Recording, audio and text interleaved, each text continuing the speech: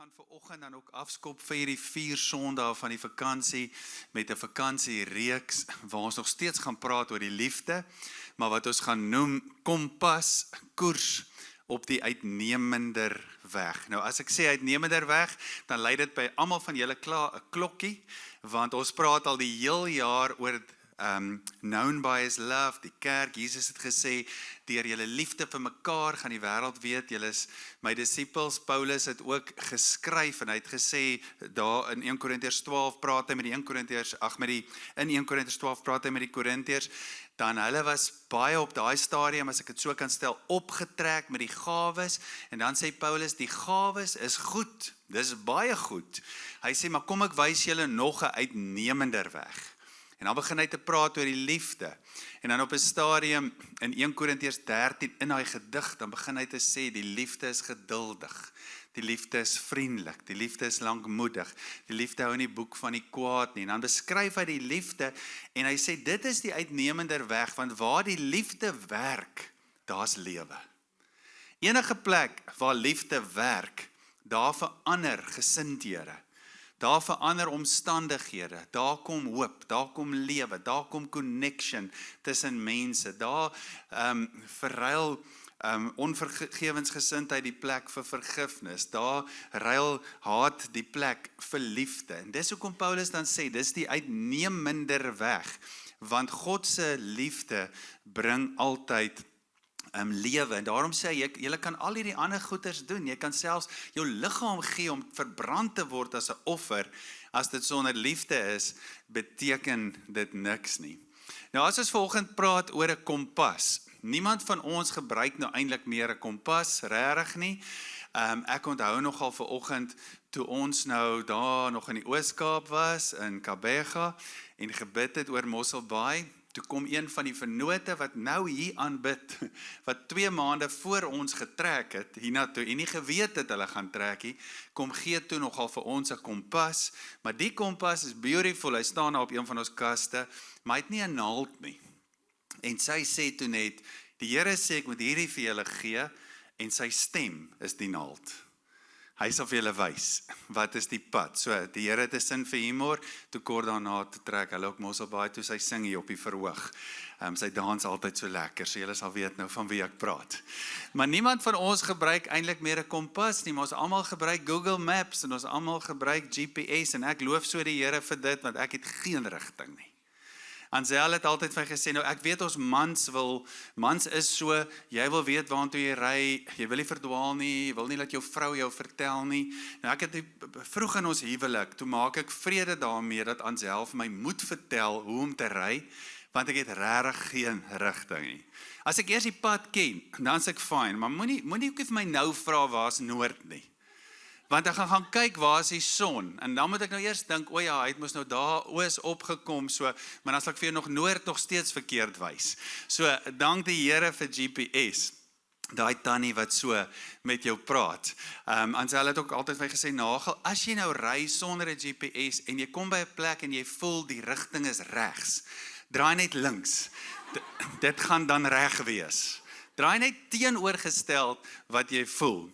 So, kompas, koers op die uitnemender weg. Ons gebruik nie meer 'n kompas nie, maar ons gebruik GPS. Die beginsel is dieselfde. Wanneer jy nie die pad ken nie, het jy iemand of iets nodig om jou te help. En dis waarmee Paulus met ons praat, of waaroor hy met ons praat. Hy sê, die liefde is die uitnemender weg, dis die pad van lewe, en ek wil jou help om op hierdie pad te bly, om op koers te bly. Nou as ons praat van koers, een van die dinge wat ons seker in die lewe die maklikste laat koers verloor en laat afklim van die uitnemender weg op 'n ander pad, is storms. Nou, jy kan nou hoor, ons praat dadelik van kompas en van storms, so dink so 'n bietjie aan 'n skip, nê. As jy op 'n skip is, en daai skip tref storms, en daar's onstuimige branders en duinings, en dis die seestrome, en dis die wind, en al die goed, dan het daai skip baie definitief 'n kompas nodig, en nodig om gefokus te bly op die kompas, andersins gaan daai storm alles en almal van koers afhaal. En so werk dit ook dikwels in die lewe. Storms is deel van ons lewe, uitdagings is deel van ons lewe, krisis is deel van ons lewens.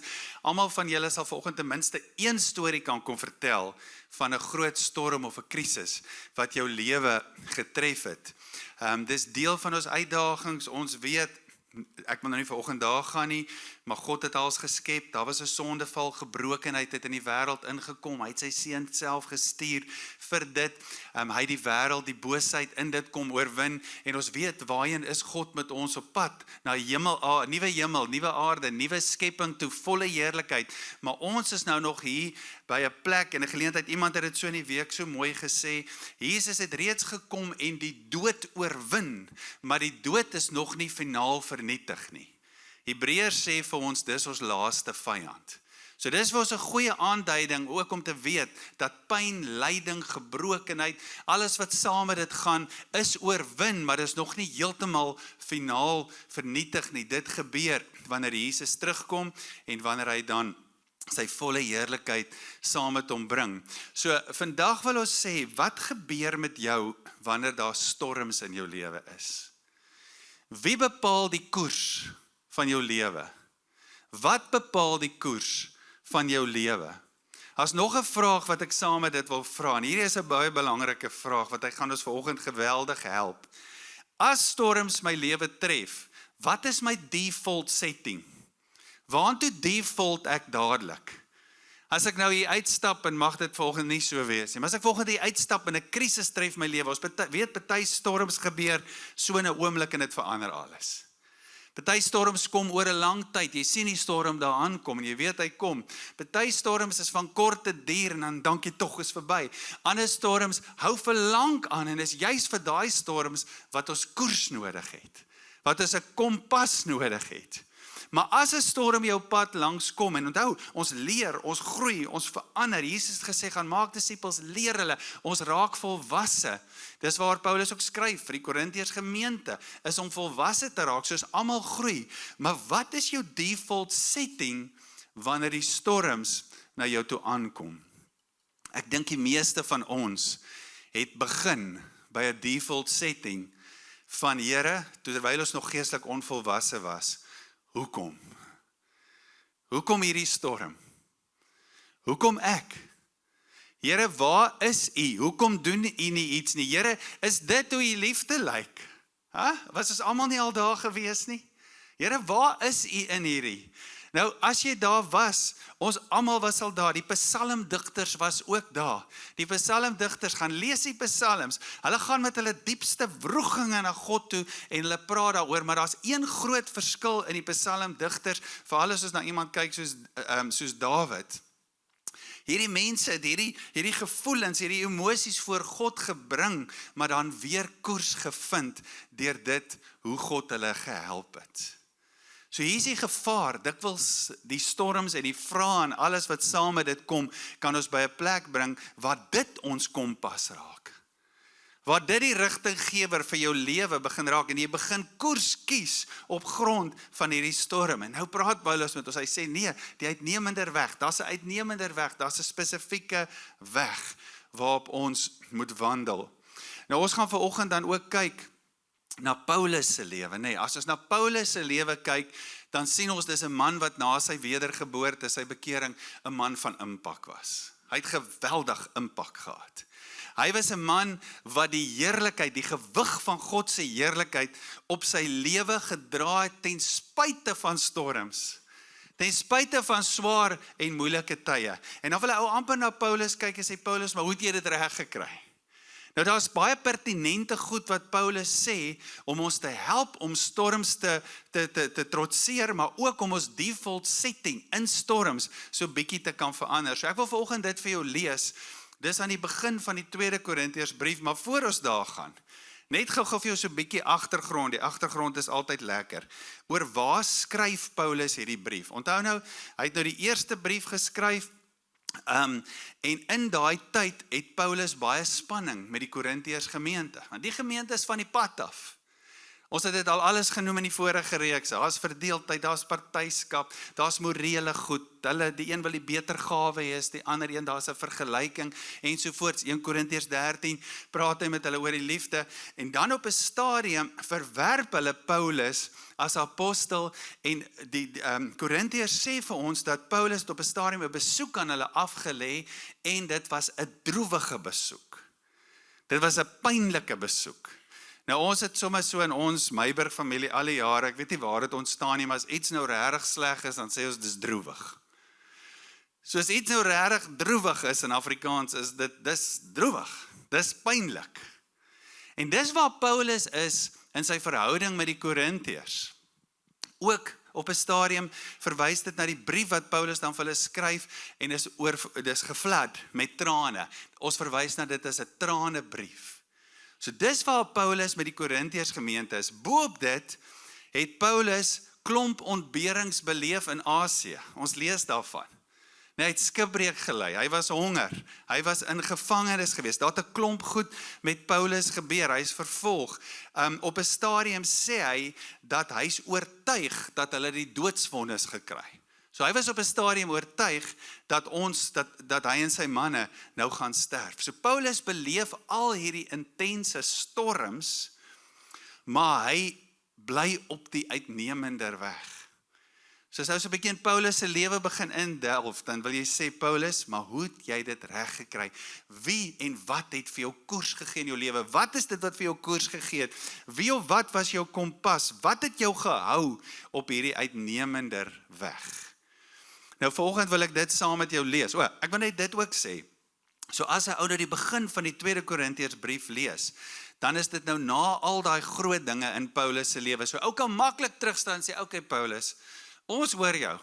Dis great wat jy sê, want jy's nou deur die goed. Nou wil jy ons 'n paar lessies leer en ons waardeer dit, maar jy's nou deur dit, maar ek's in dit. Maar gaan lees bietjie Korintiërs verder. Die hele tweede brief in Korintiërs.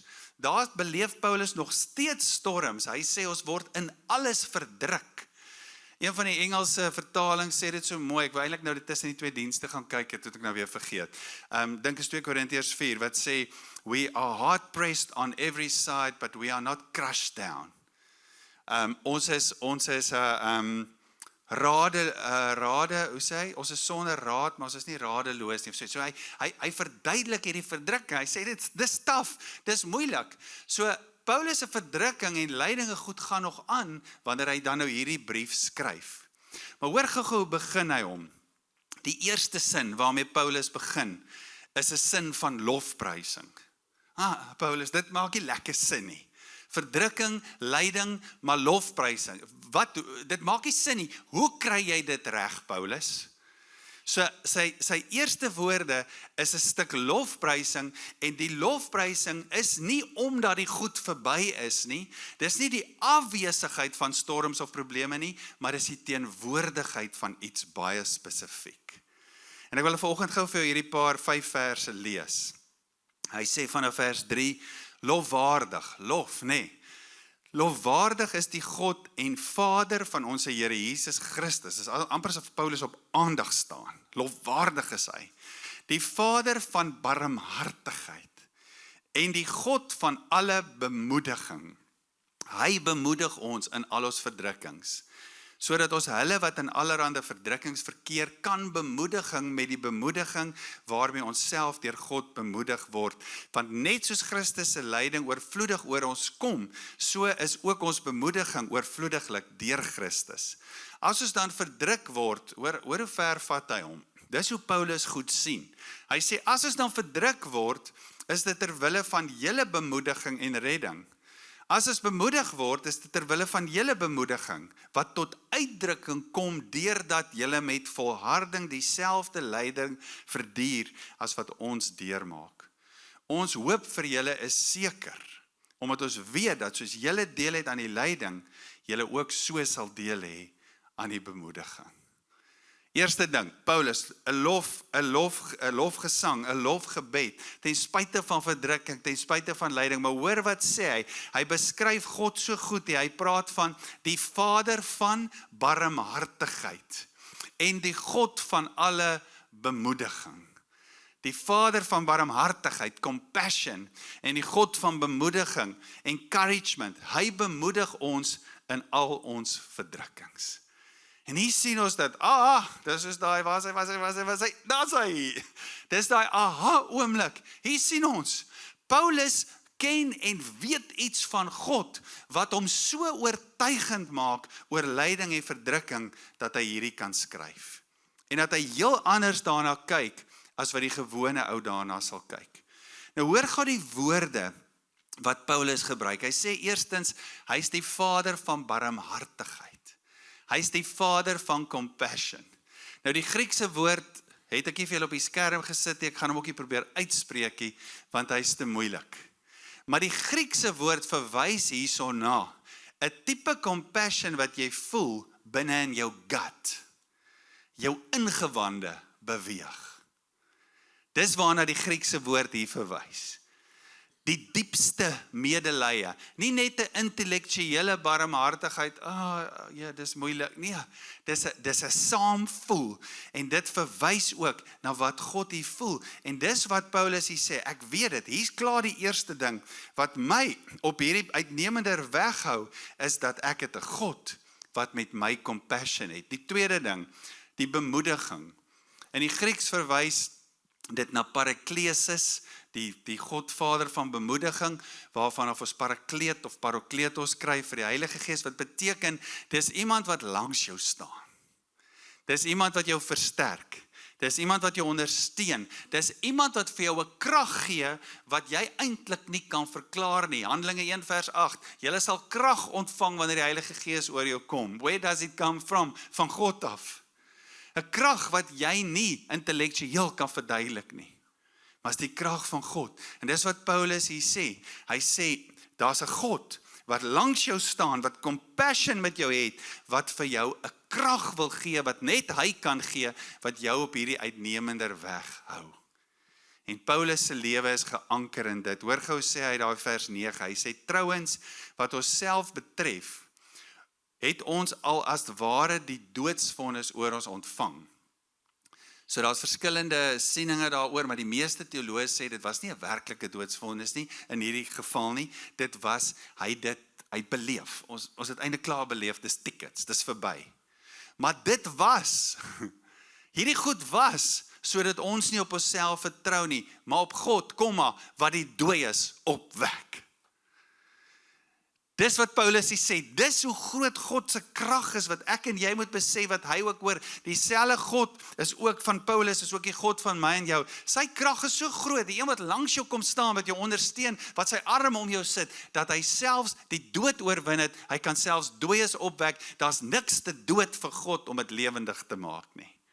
Ons moet nou al op die stoele spring. Wat het jy vanoggend in jou lewe wat dood is?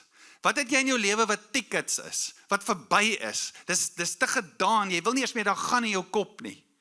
But you know it's not God's will. Elke keer as jy bid, Here, laat die koninkryk kom, asof daai ding nie in daai boksie pas nie. God sê, niks is vir hom te dood nie. Hy is God. Terwyl ons volgende ook bid oor hierdie omstandighede in ons omgewing, ek weet hoe kompleks dit is. Ek dink self baie keer in my agterkop, Here, hoe gaan dit werk? Hoe gaan hierdie uitspeel? Waar gaan hierdie land heen? Wat gaan hier gebeur? Maar geen dood is te dood vir hom nie. Hy is die God wat dooies opwek. En Paulus sê dit hier, ons het hier geleer, hierdie goed het gebeur, sodat ons kan leer, ons vertrou nie op onsself nie, ons vertrou op sy krag. Hoekom sal Paulus hierdie vanoggend sê? Hoekom sal hy vir ons hierdie boodskap wil gee? Dat hierdie is 'n God van compassion, gut feel compassion, maar in dieselfde tyd 'n God van krag wat langs jou kom staan. Hoekom sal Paulus dit vir ons wil gee as 'n kompas? Ons het dit reeds gesê, dis die vyand se oudste triek. Wanneer die storm kom, hoekom? Waar's God? Is dit hoe liefde lyk? Alles op hierdie uitnemender weg, alles van God se liefde, binne in sy liefde, is lewe. En hy wil met alles in hom jou wegtrek van God se lewe af. Dis die vyand, ek wil dit weer sê, sy oudste triek. As die krisis stryk, die storm kom, die onverklaarbare goed, die siekte, die finansies, die wat dit ook al mag wees, die eerste ding is, waar is hierdie God van jou? Job, vloek eerder God en sterf, sê sy vrou vir hom. Maar hy ken God. Dit is so interessant in die gedeelte, dat Paulus so 'n bietjie uitbrei op dit. In daai een sinnetjie of twee sinnetjies, verwys hy na God drie-enig. Hy praat oor die Vader, hy praat oor die Seun, en hy praat oor die Heilige Gees. Vader, baie prontheid, regheid, want hy praat van die Vader, van barmhartigheid, dan praat hy van die Seun, Here Jesus Christus, en dan praat hy van die God van alle bemoediging, Parakletos, die Heilige Gees. Hy verwys na die drie eenheid in daai kort stukkie. Nou is interessant dat hy daarop fokus, want as ons kyk in die Nuwe Testament, of kom ons begin eers by die Ou Testament. In die Ou Testament sien ons dat enkele kere, 15 keer of daar rond, word God Vader genoem, maar in die Nuwe Testament meer as 250 kere. En Jesus kom leer ons dit ook, om die Vader so aan te spreek. Ons Vader wat in die hemel is, hy het dit vir ons geleer, hy self bid so, Jesus praat so. Dis die tipe verhouding wat in die Nuwe Testament nog meer op die voorgrond kom, is hierdie intieme verhouding met 'n pa, 'n persoonlike pa, 'n persoonlike Vader wat jou liefhet, wat jou verstaan, wat vir jou omgee vir elke situasie van jou lewe. Nie 'n Vader wat wegstaan en kyk terwyl jy pyn en lyding beleef nie. Nie 'n afsydige God nie, maar 'n naby God. En hier is die groot ding. Leon Ferreira, jare terug, ou liedjie daaroor geskryf. My pa is die koning van die heelal, jy weet. Die jonges sal dit nie ken nie. En kom wat wil, ek sal dit nooit vergeet nie.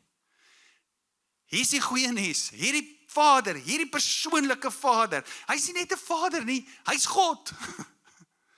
Hy is God. Hy is die oorsprong van alle lewe. Hy is die bron van lewe. Hy is lewe. Alles van hom is lewe. In sy liefde is daar sekuriteit. Alles op hierdie uitnemende weg van hom is liefde. En is lewe. Hoor hoe mooi bid Jesus dit. In Johannes 17 vers 3. Kan jy sien dat die vyand wil wegvat van daai intieme plek af. Hoor wat bid Jesus. Hy sê, dit is die ewige lewe. Dat hulle U ken. Die enigste waaragtige God, en ook hom wat hy gestuur het, Jesus Christus. Die eerste ding wat hy uitlig, hy's 'n Vader, hy's 'n barmhartige Vader, hy's 'n persoonlike Vader, hy's naby, hy staan nie ver, hy het compassion, maar hy's God. Dis 'n onwrikbare koers vir jou lewe, sy teenwoordigheid is lewe, alles van sy teenwoordigheid bring lewe, bewerk lewe. Net so 'n bietjie weer oor dit vinnig gaan oplees. En miskien is dit vanoggend nie vir jou so nie, en as dit nie so is, maak dit nie saak nie, want God maak alle dinge nuut, hy kan dit ook regmaak. Maar dis oor en oor bewys, dat kinders wat 'n sterk vaderfiguur het, is kinders met 'n emosionele veerkragtigheid. Dit hoef nie 'n biologiese pa te wees nie. En ek glo, dis iets van dit wat Paulus hier probeer sê vir ons. Hy sê, dis hierdie tipe Vader. En as jy dit in jou lewe gaan toelaat en nie gaan wegdraai van dit wanneer die storms kom nie, gaan daai emosionele en geestelike veerkragtigheid daar wees. Sukkel om die goed te verduidelik. Maar ons weet dit hierso. In die liefde is daai sekuriteit, daar is daai geborgenheid, daar is daai hoop, daar is daai aanmoediging.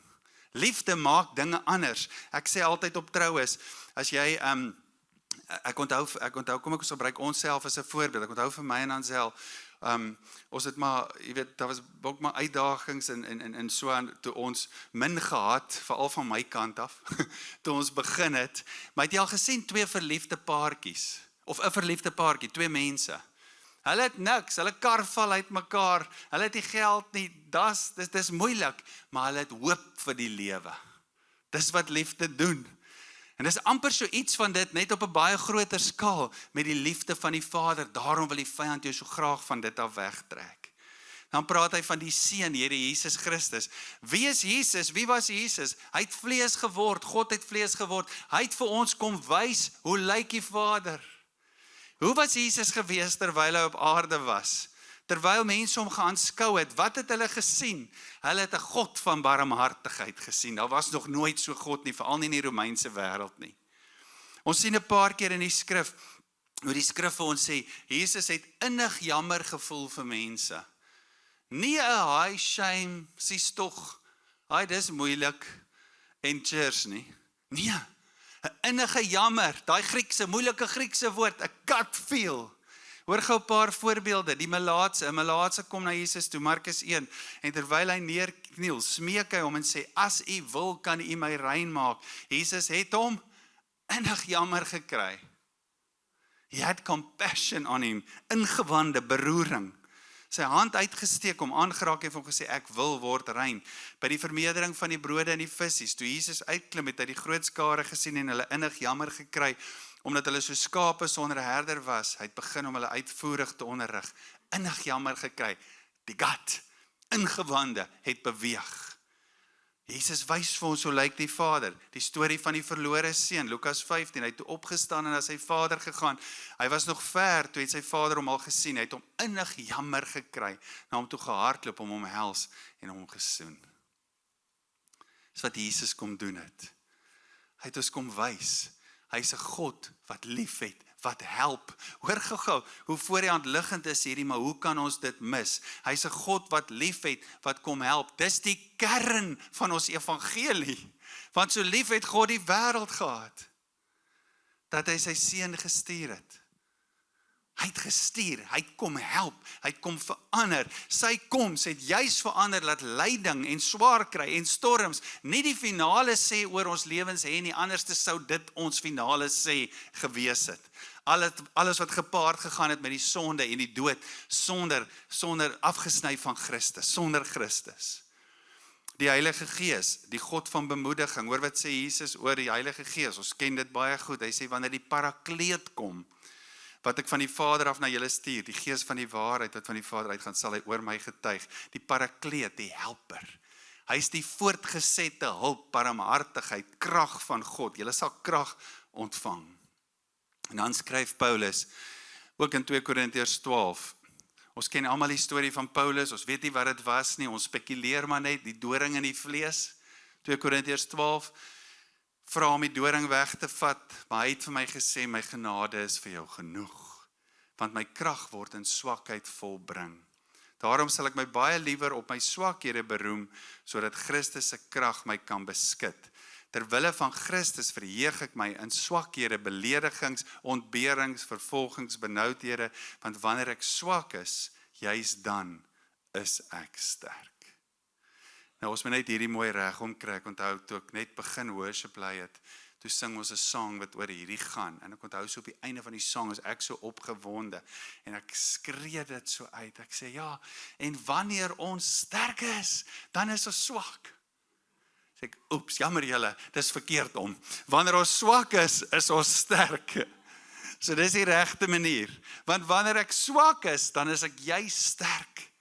So wanneer God se krag in my werk, die vyand wil hê, jy moet dit nie glo nie. Hy wil jou net vertel, jy is swak, want wanneer ek swak is jy ellendig swak. Jy is verlore. Dis goners. Dis klaar, dis weg. Maar Paulus sê, is anders, hierdie Vader van barmhartigheid, hierdie Parakletos, wat sterk is, as jy op hierdie uitnemender weg saam God is, en aan hom vashou, wanneer ek swak is ek sterk. Ek wil dit volgende weer sê, daar is die een situasie in jou lewe, waarin jy jouself bevind, ja, nagel, maar jy ken nie my situasie nie. Jy ken nie my situasie nie. Daar's geen situasie waarin jy jouself kan bevind wat te dood is vir God om lewe te bring nie. Daar's geen situasie waarvan God van barmhartigheid, van bemoediging sy gesig wegdraai en sê ek kan jou nie help met dit nie. Onthou dit elke keer wanneer jy by so 'n plek kom waar jy oorweldig voel, moeg voel, alleen voel, bang voel, twyfel, is dit nie hierdie God wat kom en jou aankla omdat jou geloof swak is nie. Nee, dis juist die barmhartige God wat kom, die verlore seun, die pa wat wag op die horison vir jou om terug te kom in sy liefde, in sy uitnemender weg. Hy is die God wat vir jou sê, jy gaan dit maak. Jy gaan dit maak want ek is met jou. Jesus kom terwyl hy op aarde is en hy sê die volgende, ook net voordat hy opvaar hemel toe, sê hy, dit het ek vir julle gesê, Johannes 16, sodat julle in my vrede mag vind. In die wêreld, die dispensasie, die era waar julle nog is, Hy het die dood oorwin, maar die dood sal nog finaal vernietig word. Gebrokenheid oorwin, maar gebrokenheid sal nog finaal vernietig word. Hy sê, in die wêreld ervaar julle nou swaar kry, maar hou moed, ek het reeds die wêreld oorwin. God is die God wat ons nou help. Hy is ook die God wat ons in die toekoms volledig help.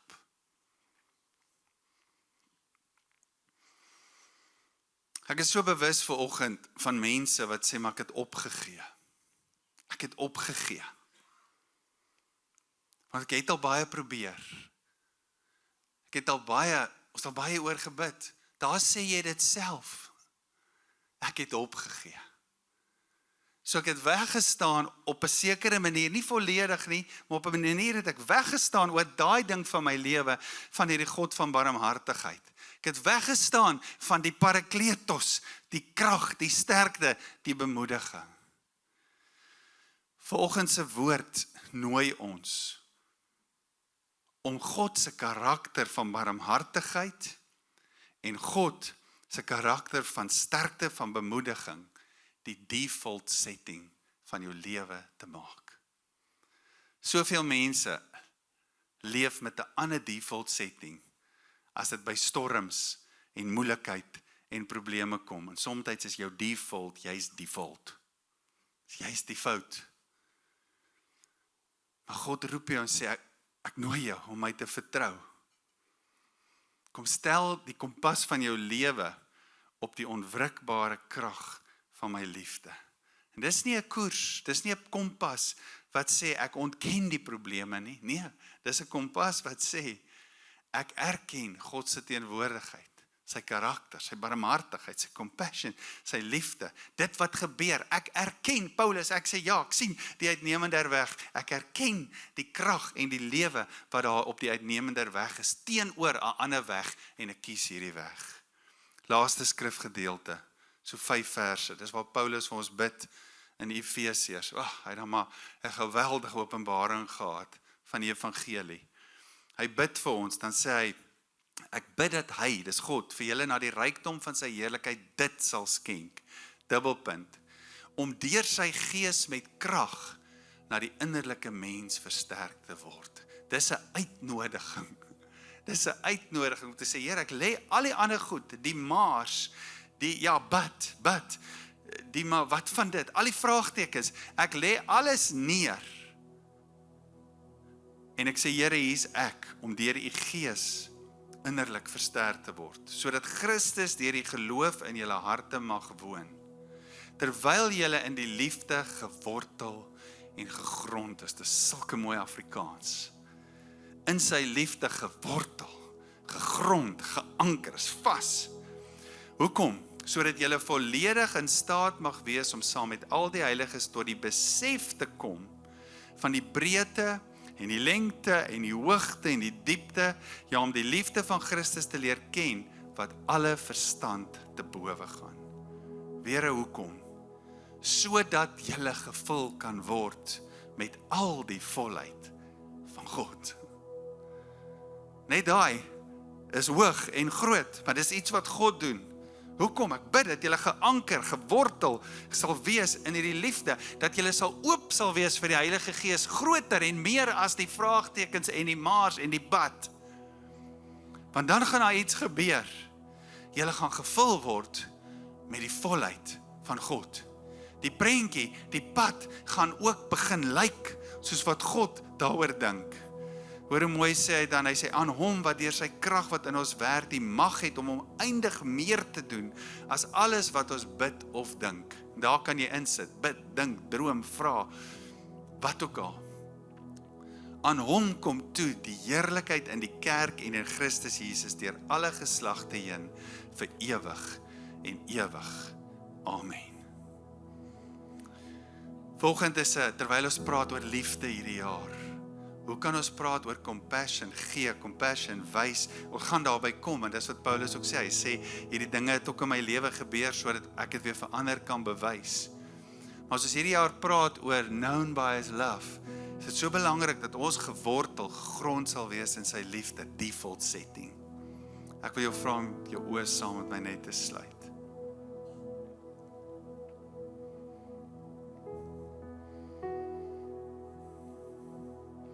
Voordat ons vanoggend gaan bid, wil ek jou gou vra, as jy dalk vanoggend na jou lewe kyk, miskien is jy okay, miskien is jy good, miskien is dit net so 'n klein stormpie, is okay, is sommer net so 'n warrelwind wat verbygekom het. Miskien is daar 'n groot storm in jou lewe.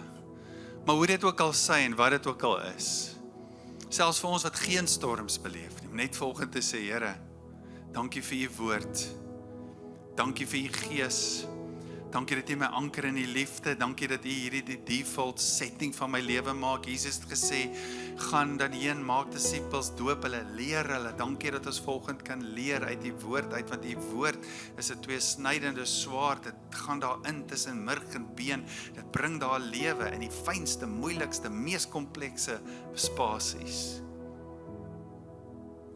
Maar vanoggend wil ek spesifiek vir jou bid, as jy vanoggend sê, Nagel, ek is in 'n storm. Ek is in 'n storm en ek het hierdie woord prakties in my lewe nodig. Dan wil ek vir jou vanoggend vra, wil jy net vinnig jou hand opsteek? Jy gaan net saam met jou bid. Sal mense wat vanoggend net wil sê, bid saam met my. Nog hande. Here. Kom ons bid saam.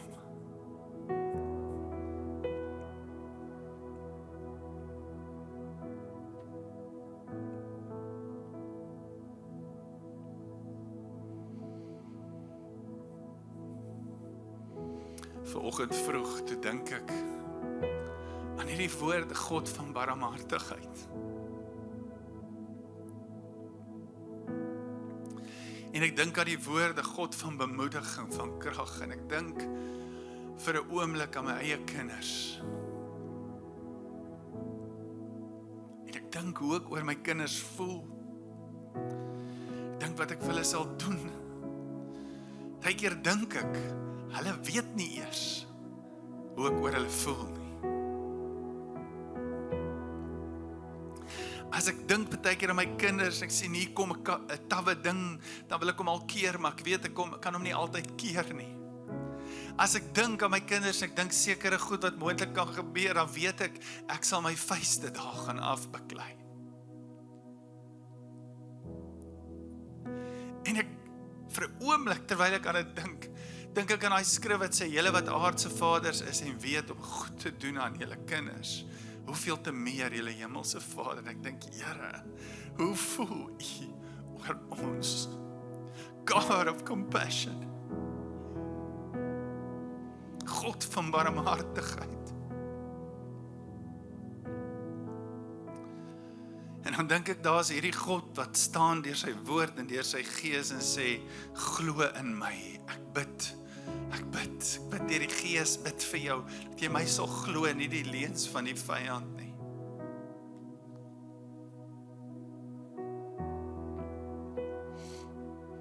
Here, dankie dat u vanoggend elkeen wat omring is deur 'n storm, kom optel met u krag, maar nog meer met u liefde. En as hulle vanoggend nie daar is nie, Here, soos die verlore seun ook in daai situasie kan terugkom en teruggesit word op die uitnemender weg. Here, en ek weet, wanneer ons in daai liefde ingesit word, dan val die bitterheid af. Dan val die kwaad af. Dan val die seer af. Dan val die onsekerheid af. En dit word gevul, Here, met die volheid van God. Alles wat daar is in die volheid van God. Bid ook volgens Romeine 5 vers 5, Paulus wat skryf, die hoop beskaam nie, want God het sy liefde in ons harte uitgestort deur die Heilige Gees. Dankie Heilige Gees, dat u nou in elkeen wat by 'n moeilike plek is, vul opnuut met u Gees, vul met u liefde. Dankie dat ons kan beleef en ervaar, en ons weet, hier is emosie by betrokke, maar dis nie gebou op emosie nie. Dat ons weet, Here, dat die hoop, the hope is rising up. It's rising up. Vul ons met u hoop, Here. Vul ons met u woorde. Vul ons, Here, met u krag. Vul ons met die toekomsverwagting wat u sien. Vul ons met die ewige lewe, Here. Vul ons met die gewig van u heerlikheid. God van liefde, God van beskerming, God van nabyheid, protector. You never ever let me go. You said you won't leave me and you won't. I come out of agreement with the lies of the enemy and I come into agreement with your truth. Ek tree uit die verbintenis wat ek gemaak het met die leuns van die vyand. En ek tree in die verbintenis met die waarheid van God. You say it, you've said it, and that settles it. Hierdie is groot vanoggend. Hierdie is groot vanoggend. Spreuke sê wat in jou hart aangaan, bepaal die koers van jou lewe. Vul ons harte, Here, met hierdie waarheid.